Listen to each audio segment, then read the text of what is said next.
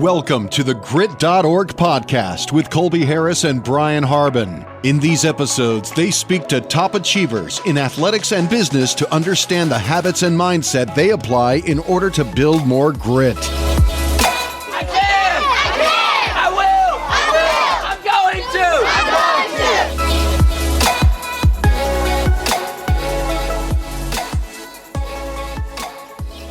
How's it going, everybody? Colby Harris here, reporting live from Tampa, Florida, in the Tipnes Media Production Room with none other than Vick Tipnes. Vick, thanks for having me, man. It's a beautiful studio. Of course, man. Thanks for being here, bro. Yeah, absolutely. Well, we're already getting started here. It's been cool just to be here these last few minutes. Yeah. So I'm really looking forward to kind of picking your brain a little bit. But for people who don't know what you do, tell us a little bit about yourself and what you do.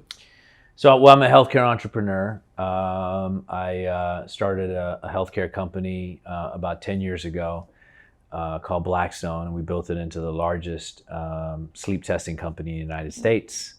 We have over 400 employees. We have offices internationally, Medellin, Colombia, Washington, D.C. We're opening offices in Mexico City, along with a lot of other healthcare startups and companies, Tipton Health, which we're opening 100 primary care offices throughout the southeastern U.S., and then the Rise conference and you name it. Yeah. And we're going to get through all of them. I'm really interested to talk a little bit about the growth of your company now into RiseCon, things like that. But I also want to start from the beginning because I heard that you were actually born in England and spent your first 7 or 8 years there. So I really want to know, I mean, what's that like culturally? What do you remember from living there to then kind of what you see now in the States? Yeah. For me, from my, 7, 8 years old vantage point, I really enjoyed England. I think for me, it was more of a lifestyle change because my dad was quite successful in the UK. We back in 76, early 80s, he had Mercedes and he had 2 cars and we had a nice house in the suburbs, and me and my brothers all went to private school and all that, and then we went from that to quite an abrupt change, culturally. We moved from Leicester, England to Tallahassee, Florida. Lived from going in the suburbs, living in a 25-unit motel on a major highway. So it was quite the change, right? So I was this skinny little kid from England that had a vicious British accent. And so I got picked on a lot in school and blah, blah, blah. So it was quite the culture shock for me to go to, from that to Tallahassee. And Tallahassee is a great town. I love it, but it's a very southern town, right? So it was quite the change. But I think, Florida, I love Floridians, I love Florida people. So it wasn't like, for me, a huge difference, Every time I leave Florida, I'm dying to get back. Yeah. I just went to Texas and Pennsylvania for the first time this past month, and I was like, get me back to Florida. Yeah. I need the sunshine. I need the ocean. I need all that. And it was right before we started the show, we were kind of talking back and forth about you were asking me who raised me, who made me the way I am. So I have the same question for you, because just like we were talking about, most people aren't overly concerned with acquiring skills at a young age, but growing up and being in a business, seeing your parents run it, and then also having to be involved. What impact did that have on your career and just your overall growth from a young age? I think that for me, I saw my parents work a lot, right? I mean, we had a business where it was a 24/7 business. I mean, the people would ring the bell in the middle of the night, and the bell was connected. My room and my parents' room, there was a thin wall, and in between that thin wall was a bell, like an old bell, where the bell was like a thing and the thing had hit it. Yeah. Like with those annoying bells. It was like that. So people would, in the middle of the night, would hit the bell. Sometimes they would hold the button, not knowing just running. That is running, right? And so this bell would go off, and I was 7, 8 years old, 9 years old. And I remember that bell would going off, and I remember thinking that I didn't want this for my dad, and I didn't want this for my life, right? Like, there was no break. 2 a.m, you're dead asleep. It's like having a baby every single night, just pinging you, hinging a bell, dude. And it woke us all up. Obviously, I got used to it, and I could then start to sleep through it, right? But he had to get up to rent a room for $29.95. like $29.95. Not worth waking up in the middle of the night for. Well, back then it was like this is the way that he fed his family, right? So $29.95, you get a room, you get free HBO, you know what I mean, and that was that was our life. Yeah. So what I learned was a few things. I didn't realize all the things I had learned until later in my life, but just from observation, I realized I don't want that. I didn't want to be in a business that I was chained to, right? And I wanted to have a quality of life that would afford me the ability to not have that, right? So for me, it allowed me to, when situations would come up in life, I could make decisions that would move me further away from that, right? Yeah. So and I understood work ethic because my dad worked all the time, right? And I'm not saying that, I'm an advocate for working all the time. I mean, I have my time off. But my dad was always ready, right? He didn't care if it was 8:30 at night, 9 o'clock at night, or, sometimes there'd be times where, I was 9, 10 years old and somebody would check out at 10 o'clock at night and all the rooms were full. And my mom and I would go and clean the room, make the room and clean the bathroom and change the sheets and blah, blah, blah, blah, blah at 10:30 at night, you know what I mean? To create revenue, right?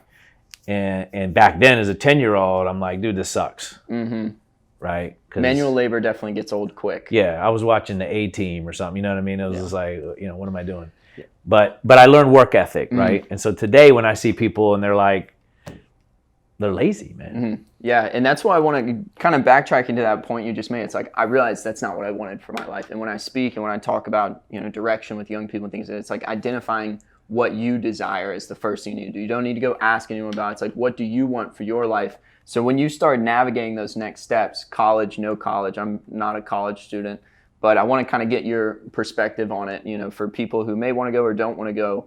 What led you to not going to college? Well, I think for me, it's funny, culturally, my parents were from India, right?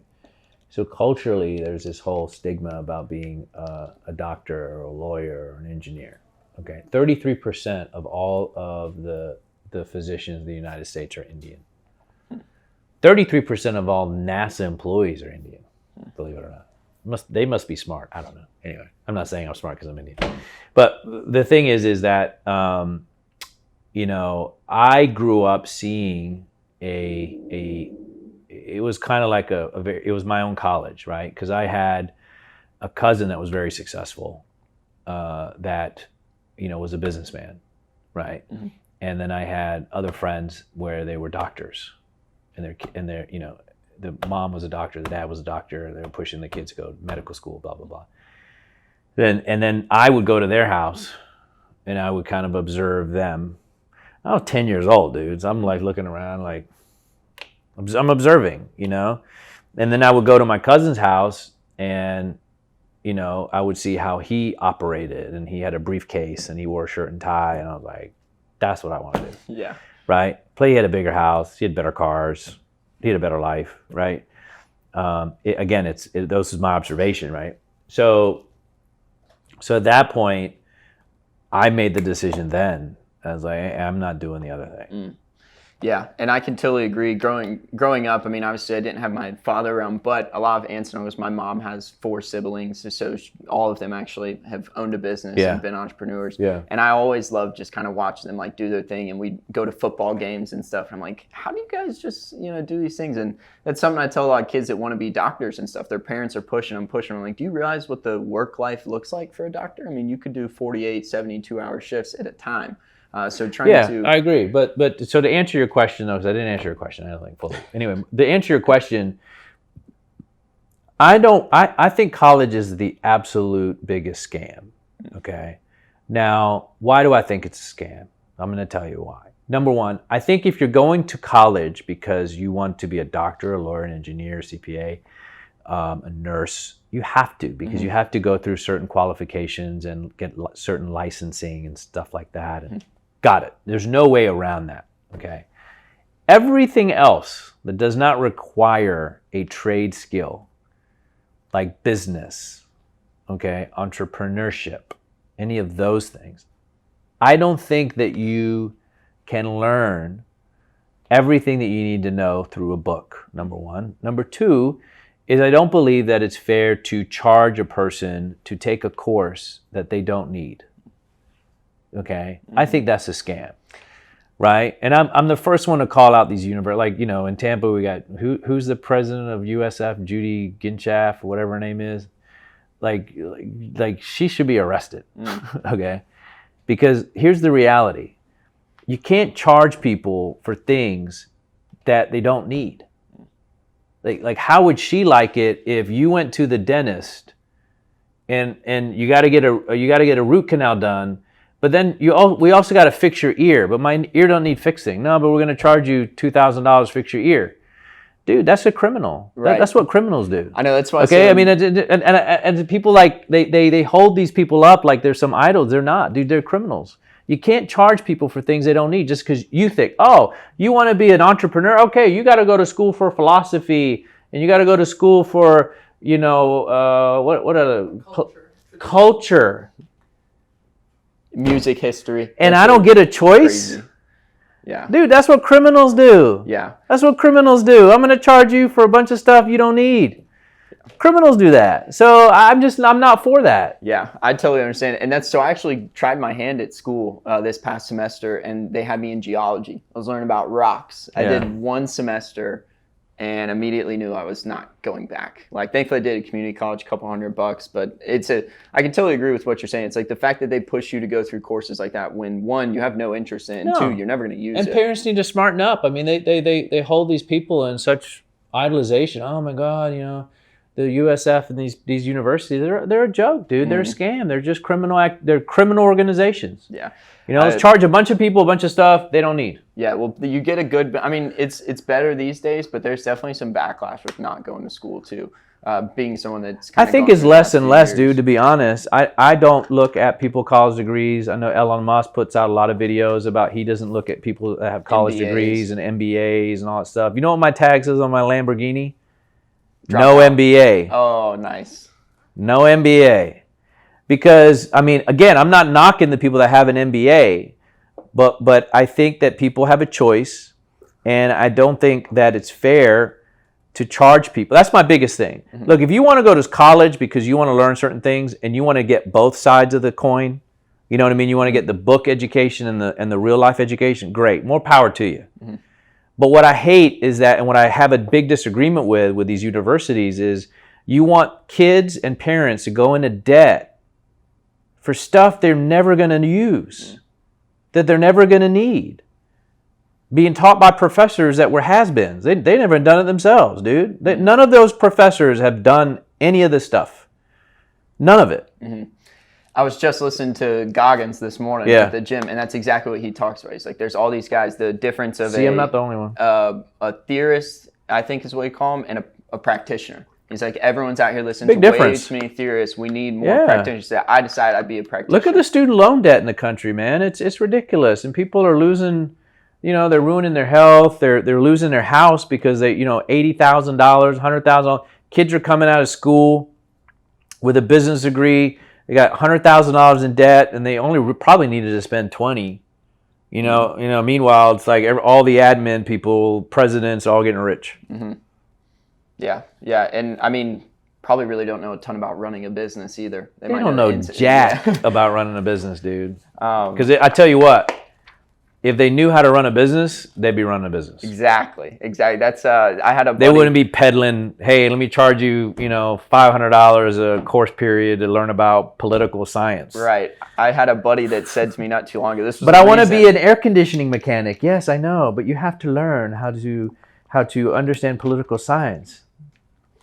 It's just crazy. Like that's the same thing. Like I had a buddy tell me, he said, He said, I'm a senior this year, and I'm starting to learn how to do pitches I suck at, but it's basically what Colby does every day. I was like, so I'm a freshman right now, working towards that, and in 4 years I'm supposed to do what I already quite often do. And you obviously took the route, though, of just going straight into business. So I want to start with your first company that you got off the ground with, a healthcare business. Tell us a little bit about it, because you did end up having an exit. It wasn't like a massive exit necessarily, but tell us a little bit about what you learned through that first operation of having your own business. What I learned, man, was a lot. So I sold my business for $9 million. I walked away with 250 grand. Okay. That was like the worst deal. That was the worst deal, dude. I was 29 years old. And I quickly figured out after all that ended, because it was a disaster, what I did wrong. And where I went wrong were a few things. One is I took on a lot of partners that knew nothing about the business. They weren't bad people, just didn't know anything about the business. So bad advice. They were just not sophisticated enough, right, to handle this type of business, right? And then the other thing that I learned that was probably the most paramount thing for me was learning to listen to myself.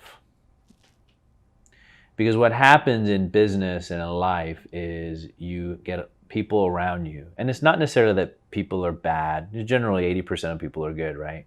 But sometimes they have opinions and they have ways about doing things. And sometimes you agree, but sometimes you don't agree. And you sometimes will go against the things that you agree with and make decisions, right?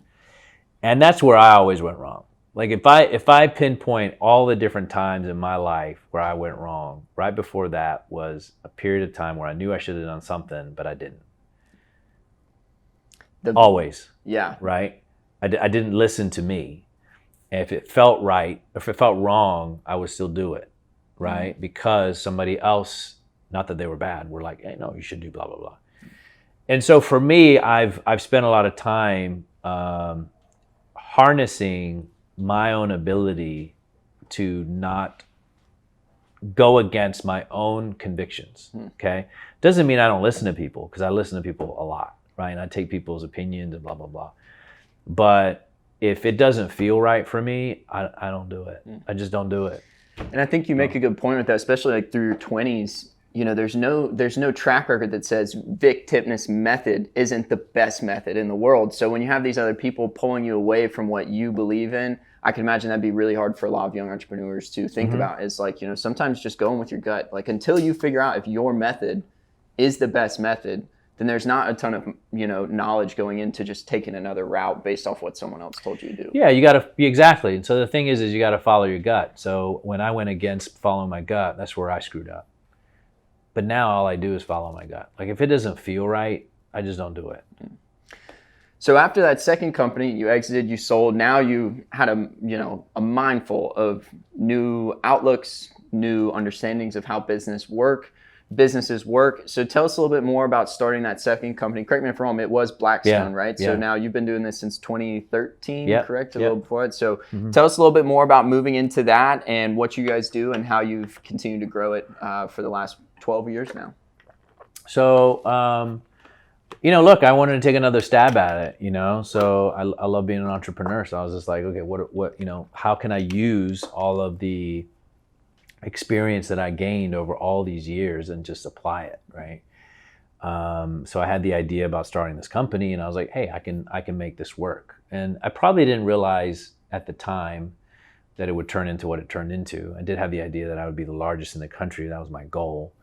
And then after several years of working and being consistent and, you know, being focused and working hard, you know, it really started to turn, you know, 2018, 2019 was really when it started to turn. I think, you know, when she came on board with me in 2018, end of 2018, in 2019, I think we had like 42 employees.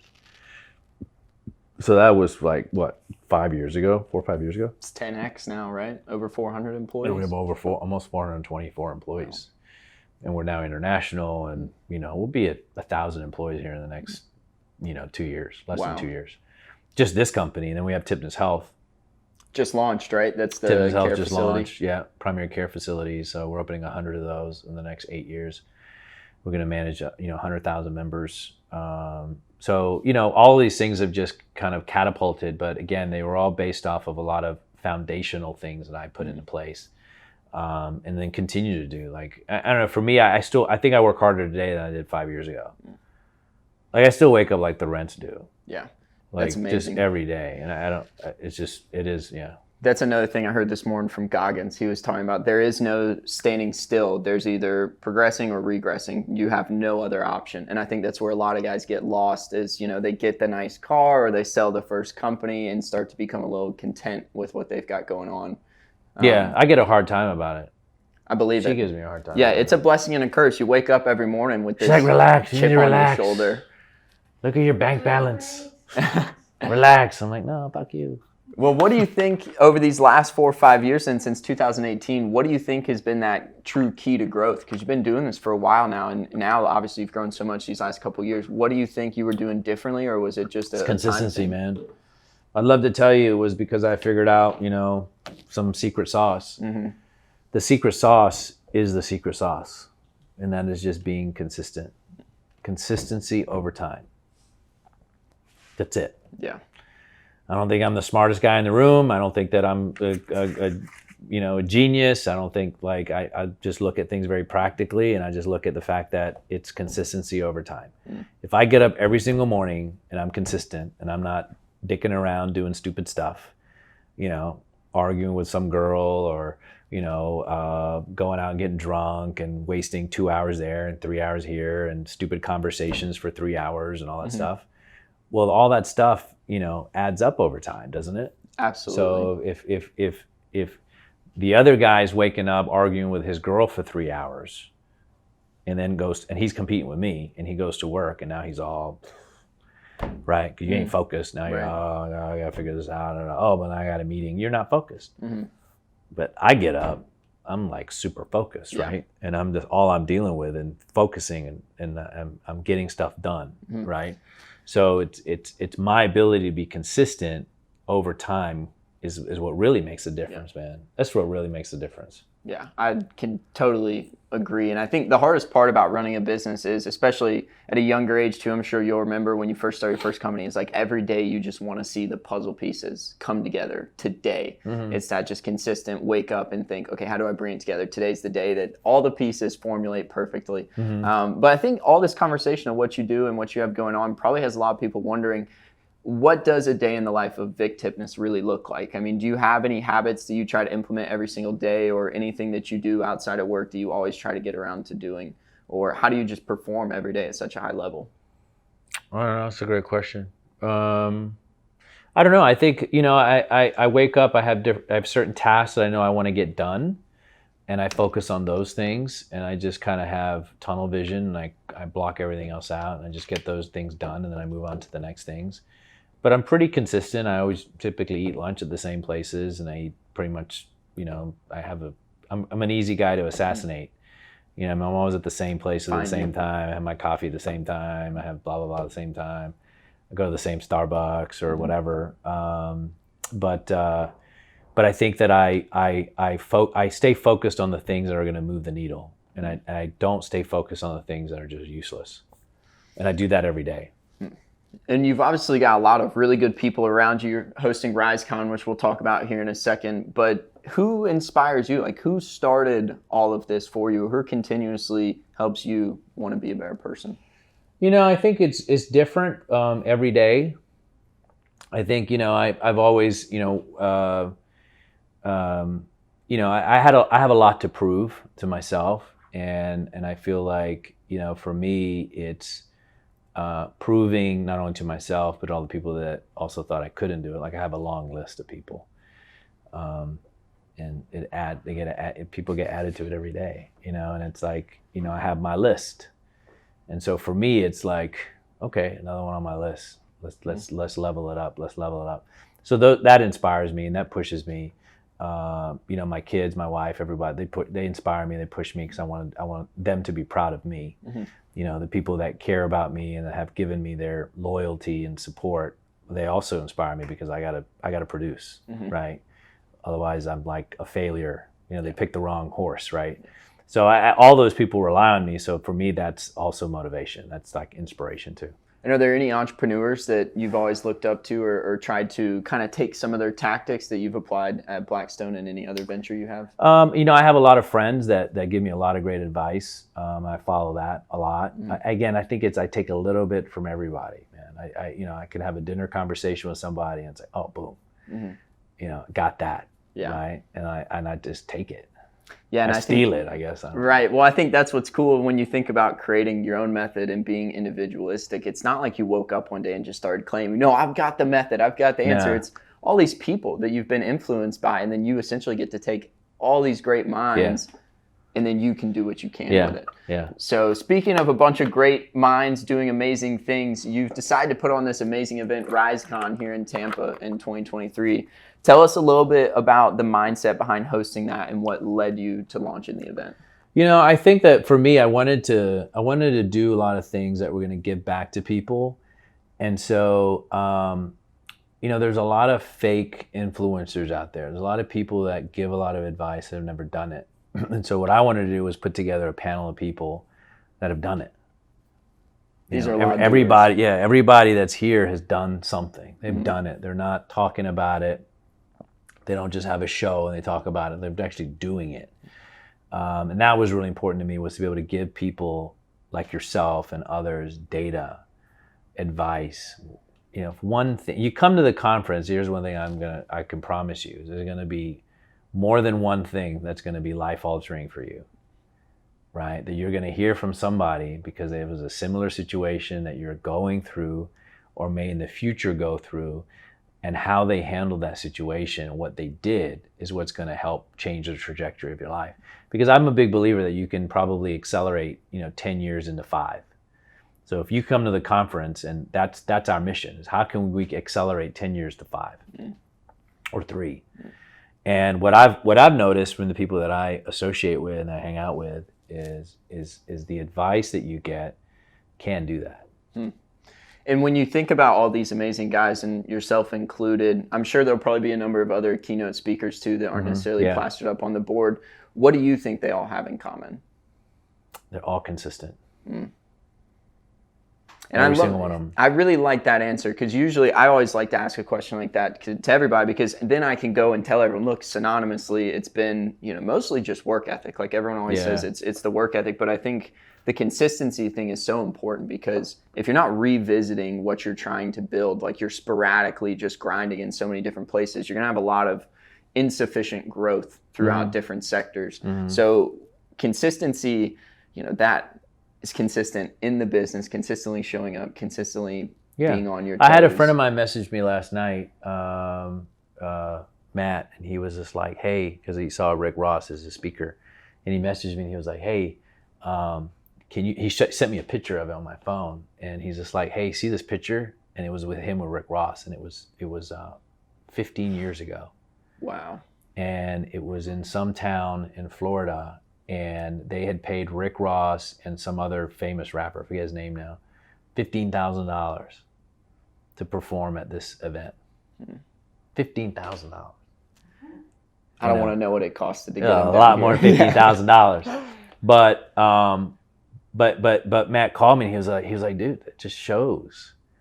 People see this today and they're like, they don't think about the decades. They don't think about the decades when people didn't know your name.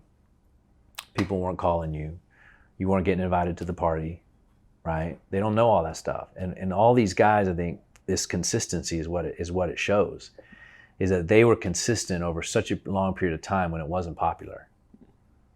5 years ago, 6 years ago, people weren't calling me. You weren't calling. You wouldn't be here. None of this stuff would be here. People weren't like, oh, an event, or who's Vick Tipnes? Like, nobody cared. Now I go, if I go out in Tampa, I go to a restaurant, someone always comes up to me, hey man, I follow you, I'm coming to the event, blah, blah, blah. We were at lunch just now, a lady comes up, hey Vick, we were best friends, hey Vick Tipnes. I'm like, hey, how are you? Oh, I follow you on social media, blah, blah, blah. But, and that's great, and I love that. But 5-7 years ago, dude, I wasn't getting that. People wouldn't return my phone calls. Yeah. They wouldn't return my phone calls. People would not return my phone calls. So when I saw this thing of Rick Ross and the picture, I was like, damn. Like, everybody deals with that. Yeah, and I think it's one of those things that I've put in perspective the older I get. It's like you really learn a lot when you quit calling other people. When you start waiting to see who rings your phone first, that's when you and you find out who your friends are too, man. Through this event, fast. I tell you what, through this event, I find out who my friends are. Yeah, I know who's calling me, supporting me, and who ain't. Yeah. And y'all know who you are. Don't call me after the event. Yeah, it's over now. Hey Vic, how's it going? It ain't going, bro. Forget about it. It ain't going. Yeah. No, it's true because you realize who's supporting you and who's not. Right? We were talking about that today at lunch. Like just doing an event at this level. I mean, this is the biggest event in the state of Florida. You know, if not the Southeast U.S. And it's amazing the amount of people that either calling me saying, "Man, wow, congrats," which I get a lot of, and the people that I thought would call me and be like, "Wow, man, congrats! I see what you're doing. It's amazing. How can I support you? How can I help you?"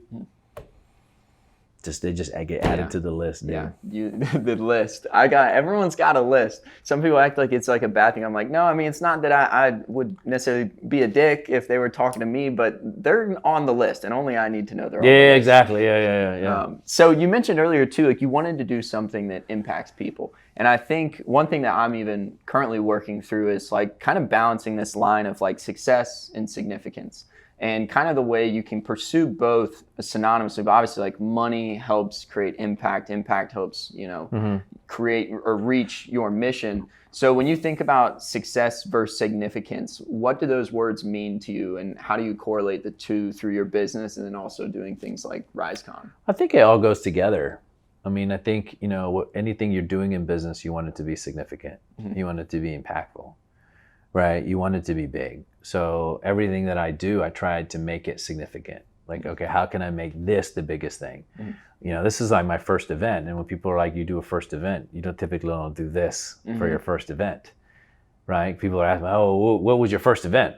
This is my first event. You see what I'm saying? So I think you have to decide the type of businessman you want to be, right? And when you do something, you're doing it in a significant way or not. Yeah. And would you say that kind of, because some people obviously like that idea of working 12 to 16 hours a day is very intimidating. Would you say that that's something that's helped make it easier through your journey and helped you feel happier just through your day-to-day at work? Yeah. I mean, I don't consider what I do work. I definitely put in 12, 16-hour days a lot. It's just the way, it's just life. Right. So if you're waking up and you're feeling, 12-hour days, you shouldn't be an entrepreneur. And I don't believe everybody should be. I agree. Yeah. And that's kind of back to the college thing is sometimes when I'm at these schools and these kids are like, I have no idea what I want to do. I have no work ethic. My parents could afford to send me to college. I'm like, then go figure it out in an incubator compared to, just getting some maybe job down the street. It's like, I think there is a space for some people. If they have an opportunity to go, it can be a place where you kind of figure out your situation and what excites you and what direction you want to go. And obviously someone's paying for it. Someone's going to lose a lot of money, but it can be a space that is positive for some people that are like just planning to get a job. Where, in college? I don't know, man. I would disagree because everybody there is confused. It's a confusion melting pot. It's like contagious even more than it was. I mean, it's like trying to go to a mental institute to get sane. I mean, everybody in mental, they're all fucked up, right? Yeah. They're all like insane. So you don't go there to get sane. Yeah. And I'm not generalizing. I'm sure there's some, people that are not confused at college, but the vast majority of those kids are confused, right? They're like, oh, well, I got to be here. I got to take this course. I'm never going to use it. Let me pay for it anyway. That's confusion.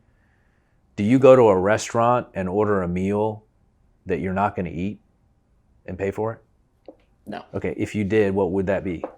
A waste of money. And what else? Illegal. But you're also what? Stupid for doing that. There you go. Yeah. That's one way to put it. But that's what's happening. Yeah, I agree. I mean, I think, and why? Because somebody said that's what you have to do. And I like that perspective a lot. I mean, that is, that's why I hate to, I don't want to be the bad guy, but this is why it's like somebody's got to say it. This is why to me it's criminal. It's the same thing. I'm going to go to a restaurant. I want the steak and potatoes, but no, restaurant says you need the apple pie and the strawberry milkshake. No, but I don't want that. No, but you got to do it, and you got to pay for it. I'm not going to eat it. No, it doesn't matter. You got to pay for it. And you're going to enjoy it. That's what they do. I mean, that's the simplicity of what they do. And yet you answered it just now. You'd have to be stupid. Mm-hmm. So you get a bunch of people that are doing that in a restaurant. They're all in agreement to be stupid. Hey, we're going to be stupid. Let's be stupid together. Yeah. You see what I'm saying? So last question, Vic. It's been really good to be able to have this conversation with you today. Tell me, one thing we ask every guest is, what part of the Grit Creed resonates most with you and why? Well, mine is the one, don't find an excuse. Don't find a way. Yeah, that's mine. I think people have had too many excuses. That's what you've built all this on? Yeah, non-excuses. Awesome. Yeah. Well, thanks for being here today, Vic. Thanks for having me on the show. Yeah, of course, bro. Yeah. Thanks for coming on. This was fun. It was. For 20 years old, dude, it's amazing.